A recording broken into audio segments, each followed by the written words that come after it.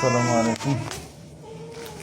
Suatlı vapılar kocama etraf reanimasyon içinde hiç kim pırnımayt eden ol.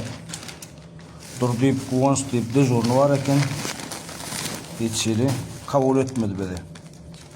Son içinem netiveden bana çağırca uyrap var ya. Çıkaracak, ben çıkarım. Ne? Hiç kim almadı. Reanimasyona girdik ana. O zaman etraf reanimasyon. Almadı. Bana çağa suğdurgu. Yağdayı bilen çağırca git var ya. Netiveden Allah canı sağlamanı Kudayım. Çağını sağdınca yertip çağırca yerleştirdik Kudaycan. Hani gece saat rovna 00:40. Hani su yağdaydı. Hiç yerim yok. Kavulameden o. Ettiyan da dedin analı gendemedir ol.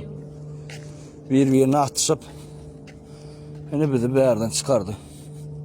Ve de beni yollanma çağırca o. Netiveden de ölmez. Gitmesek. Olur sol diyet. Tağın 5 günden verli çeneler. Hani kocaman etraf. Valnisanın işgarları sağ olun köp. Allah yalkasın. Ömrümüz uzak olsun Kudaycan. Vatanımıza hizmet edip pul alyanız, pulumuz halal olsun. Öyle sağ olun.